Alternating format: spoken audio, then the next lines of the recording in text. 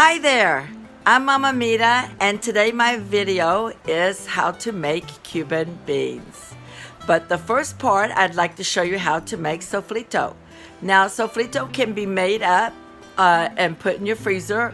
Unfortunately, today I didn't have any to pull out of the freezer, so I'm just gonna make a little bit really quick and show you how you can make that without buying it, which it can be very expensive. So, let's get started on that. Okay, so to make the sofrito, you need to chop up a little bit of bell pepper. And so yesterday I picked up a couple bell peppers from Winco for 78 cents. So I chopped those up very finely, and then you need a white onion. The white onion is because the yellow onion's a little bit too sweet to use for the sofrito. But I mean, I guess if you didn't have a white onion, you could go ahead and use the yellow onion. But I like the white onion. And so what I do to make this a lot easier is I just make like little chops on top like that. And I kind of like rotate it around it while I maybe just singing a song and just, do like that. And then once you get those in there, then when you slice down like this, look how finely this comes. You don't want to take big hunks because then you defeat your purpose. So you want to make sure that you keep the slices really thin. Okay, like that. And so then it becomes almost very finely done. Basically, you don't have too much to do. And then I just take my knife and I set it down like that, and I rock it back and forth, bring it more to the middle, and then again I do the same thing. And you want to make it like really fine. You probably could put this all in a food processor, but I like chopping, so I'll leave it like that. All right, so then at that point, then you come over here and you try to put your stove on in your RV. I still haven't figured this stove out yet. I don't know, it just doesn't want to go like the other one that we had, and then I try to bring it down, but sometimes it just cuts off on me. I don't know what the deal is with it. Then I usually take a little olive oil, and fry this up. I let the oil get hot, and then I dump all of that in there.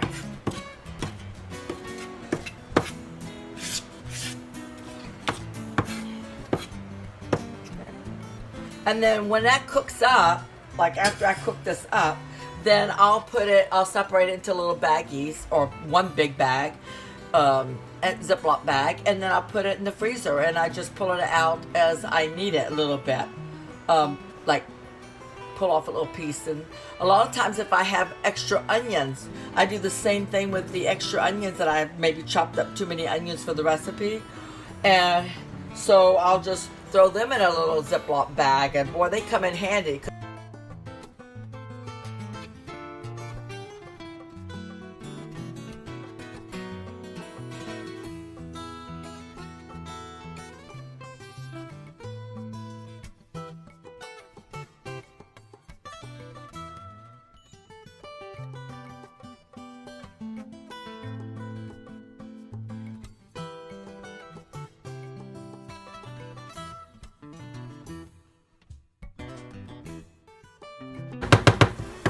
Now this is just how I make my sofrito. Of course, the Puerto Ricans, they do it a different way.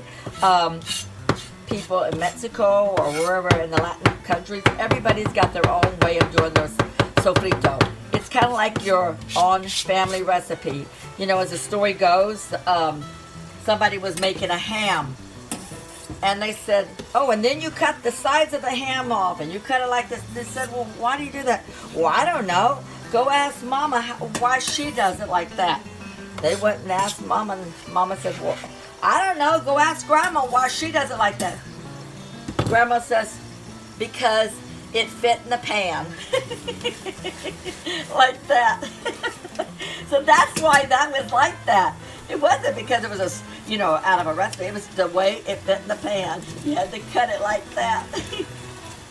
Okay, so there you go.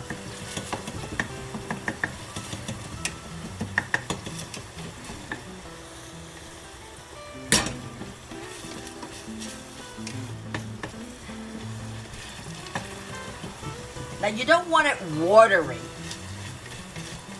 So you want it just like that. Kind of like, almost like if it was a salsa, but kind of like a fried salsa. You know, don't get me started on salsa, because I love salsa. Oh, geez, I can eat that stuff.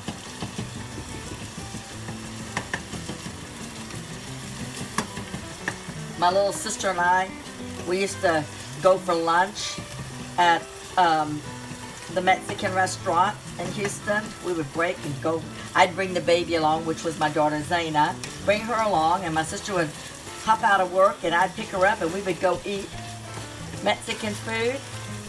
Oh boy, we would first start off with that salsa. And my sister liked to mix everything together with the salsa, mix the guacamole with the salsa, or sometimes she'd mix the sour cream.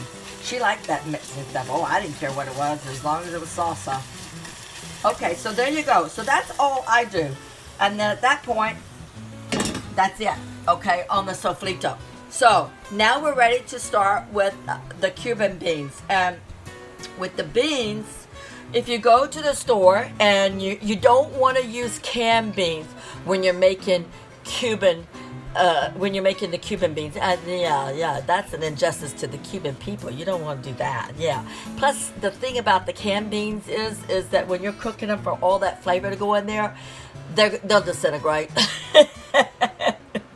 That just don't work. So anyway, you want to, the best way to do the Cuban beans, I find, is that, for me, because we live in an RV and we're always trying to save money, and propane's expensive.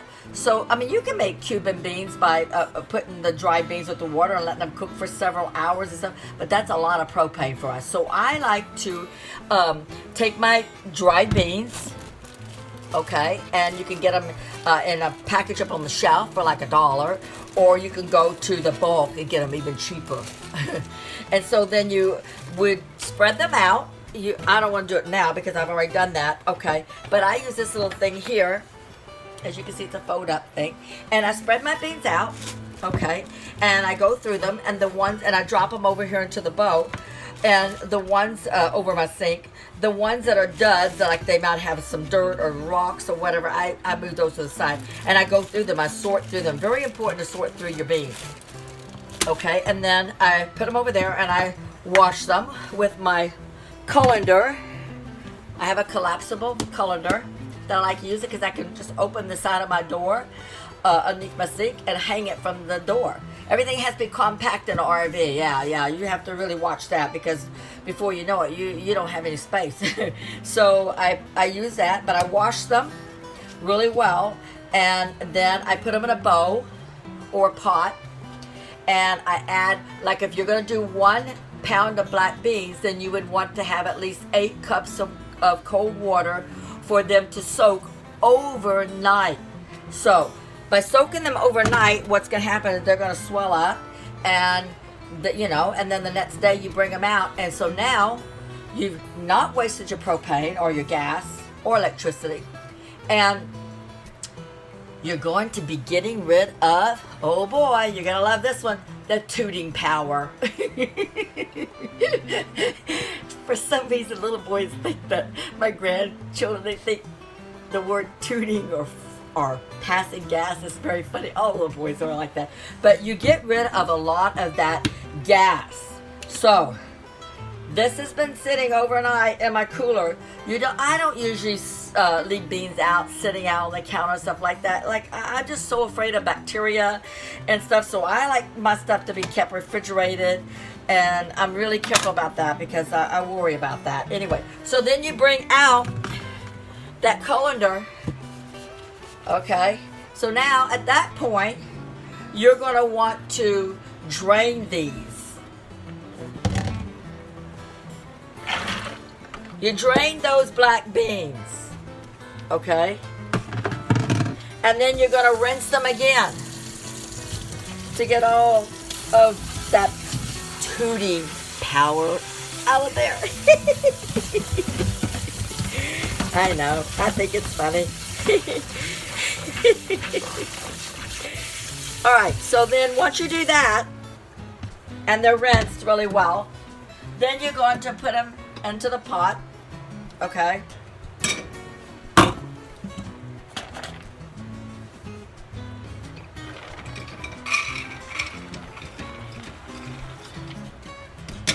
Now, this is not a whole pound of beans.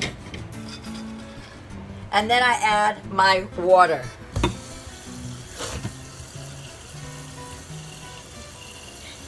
But you want to add enough water because they're going to be cooking for like an hour.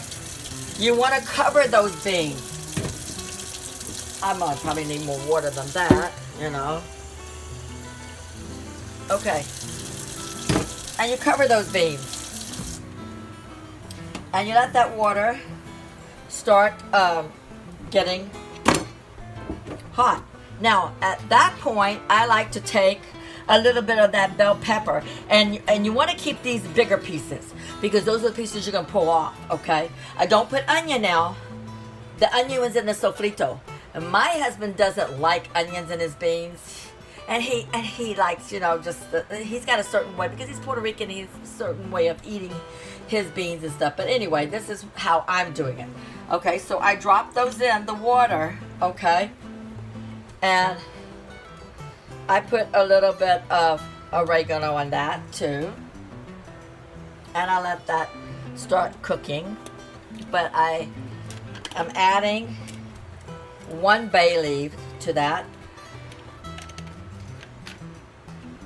Okay. And it says usually, you know, to add tomato paste. But I'm not going to open the whole can of tomato paste. You know, and if I do open that can of tomato paste, then I would certainly put it in the freezer too, because I mean, like, I might not use all of it really fast. But I'm gonna, I don't know where he got these, probably McDonald's. So I add that, and that's gonna act like my tomato paste. And because ketchup's got, you know, vinegar in it, you don't really even have to add a little bit of vinegar. I usually do. Okay. Now, with Teflon pans, I like to use a wooden spoon or this special spoon that I got from my husband. For this is his pot, his official pot to make rice, and we make rice. Yeah, he uses so much rice that you would think that that we would. I mean, it's just ridiculous. I mean, like, we just go through so much rice. It's like it's nothing for us probably to go through maybe 2 pounds of rice at least every week. I mean, we just use a lot of rice. Okay, so I'm still letting that heat up, and I'm gonna use a little bit of the cumin. Well, that's not going to come out anyway.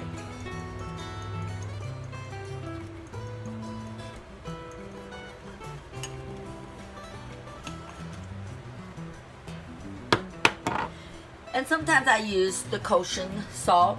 I like doing the kosher salt. A lot of times I use the kosher salt for my meats because it really tenderizes meat. Kosher salt does.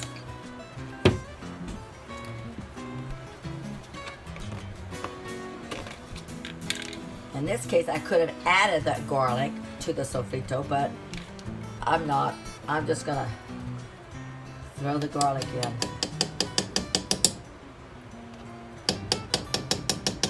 Beans, they gotta have garlic. Oh yeah, they gotta have garlic.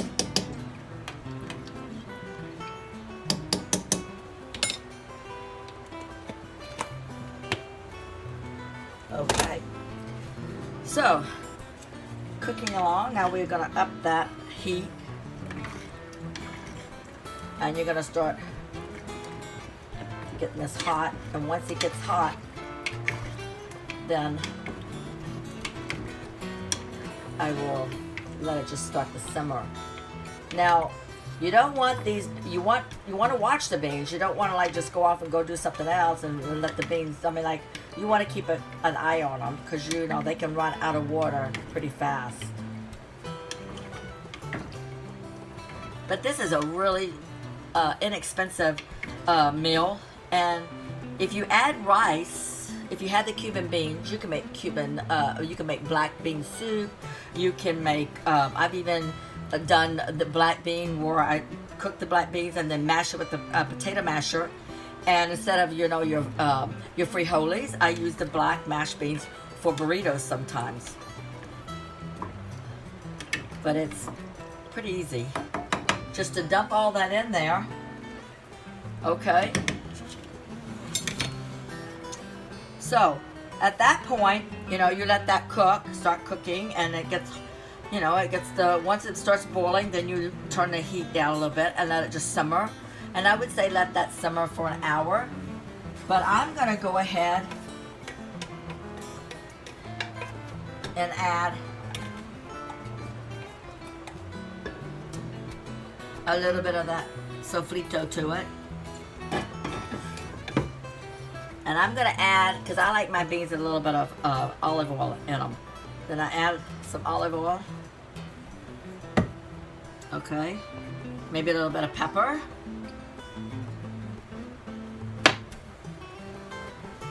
So that is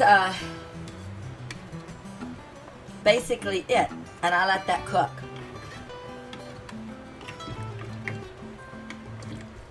Then once you think that that's pretty much done, the beans are soft and tender. You don't want them to disintegrate though.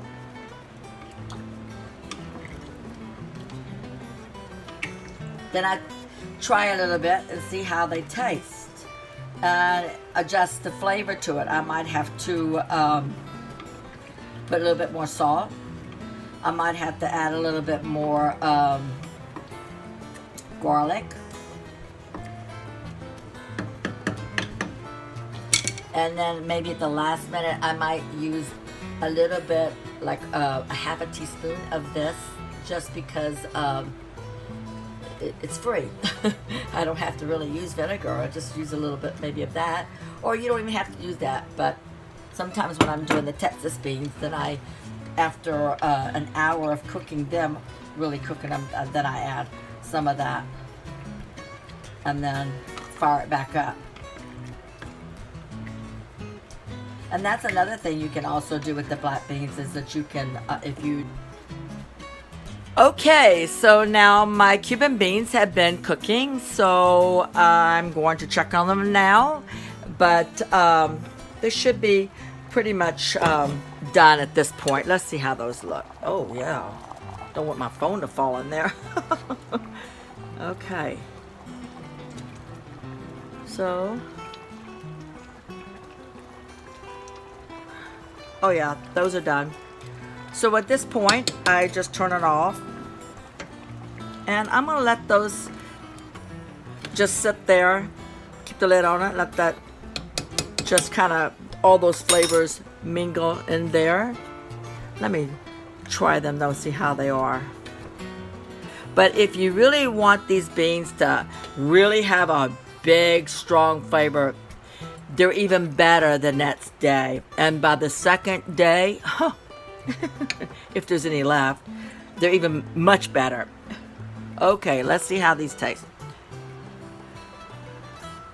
And I got that sofrito package up in the Ziploc, so it's ready to go to the refrigerator. I'll use it this week, because we make beans all the time.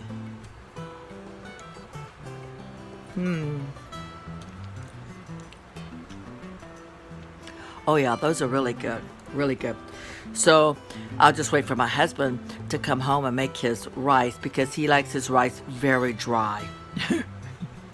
Okay, but now while the beans were cooking, I had a little piece of cabbage left over in my refrigerator, so I came up and made a Cuban cabbage salad. And basically what I did, I don't know if you can see that now, hopefully, is I used a cabbage, chopped up cabbage, some of the white onion, and then I didn't have banana peppers, so I used the bell peppers, and then a little bit of tomatoes. I think that's pretty much everything I put in there. And then I put some cilantros, salt and pepper, and I used some of the jalapenos, and I took some of the vinegar off that jalapenos that was in the jar, and I used that as my dressing. I didn't have a sour orange, so I just used a lime, and I whipped up the lime with like a fork and a little bow with the lime and some jalapeno liquid and some olive oil, then the salt and pepper, and a little bit of garlic, and I put that all on top, and I'm just letting that kind of like seep in there and get marinated. I'll stick that back in the refrigerator because I like my salad nice and cold. But anyway, this sure brings back watching all the many times I've watched the movie The Mambo Kings. Such beautiful music on there. Of course, Amanda Sante and Antonio Banderas. Oh boy, that really, like, that's the coolest thing, watching those guys sing.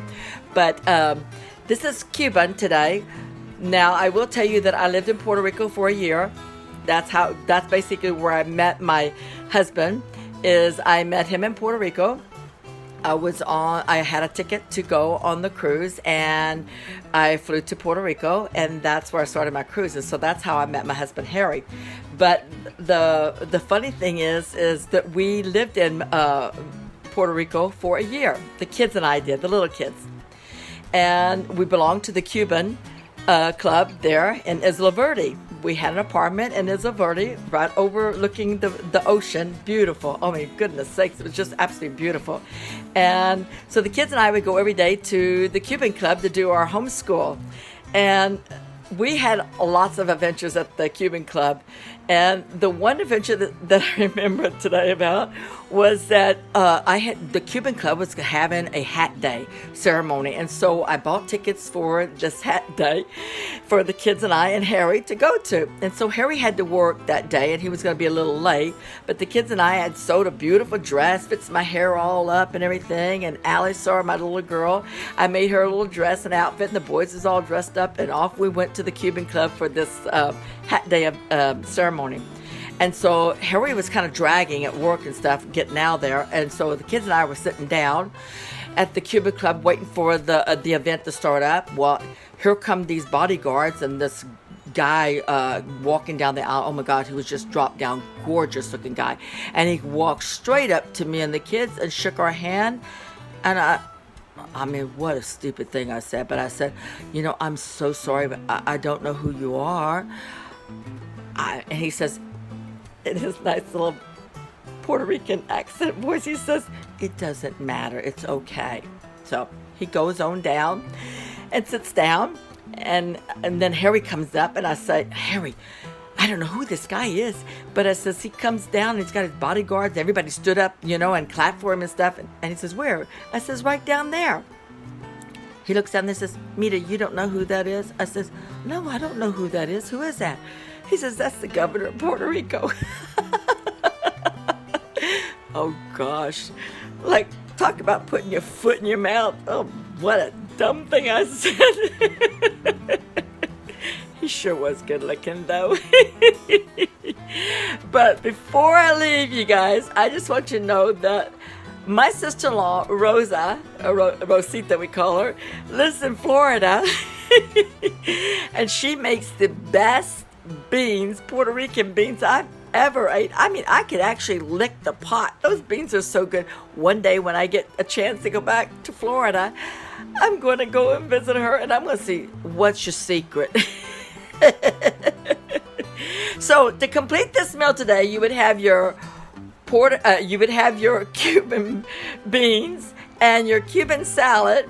Then you could take your bread, and you could you take your olive oil and mix a lot of garlic with that olive oil, and then you would brush that on there, and you put that in the oven. Oh my goodness sakes. So you would sit down at your table with your Cuban beans, and you could have some rice and your cabbage salad and your garlic bread. So that's a complete meal. Beans and rice together makes a complete meal. You don't even have to put meat in it. Now, some people put meat in there, like a ham hock. I used to, but because, I've got so many vegans around me and people that don't want meat, I kind of got away from that now. But anyway, I think that's pretty much all I've got to say today about this. But anyway, if you've enjoyed my video, you know, give me a thumbs up. Have a nice day. Thank you. Bye now. Okay, so it looks like my beans are boiling now, so I want to bring down the heat a little bit on them. And if you notice, let me bring it a little closer.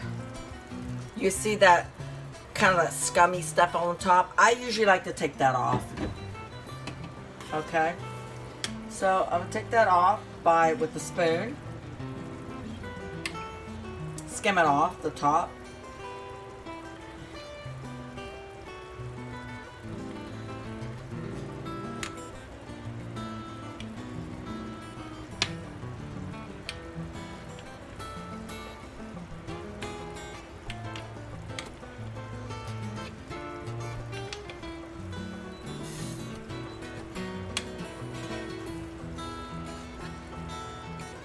Okay, so we'll let that keep cooking.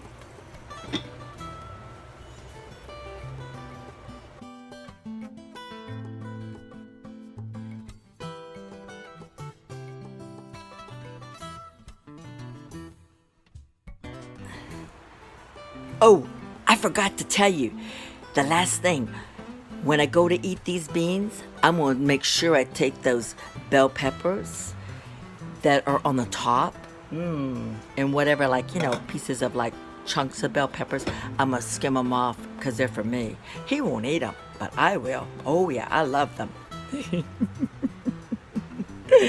Oh boy. Now remember, if you're gonna make these beans, don't leave them sitting out in your pot all day. 2 hours is the limit to be not heat, because you don't want to get sick from leaving food out. Now, you guys enjoy your day and enjoy your beans. And remember, you got most of the tooting power out of that from soaking them. So you're okay. But remember, have fun.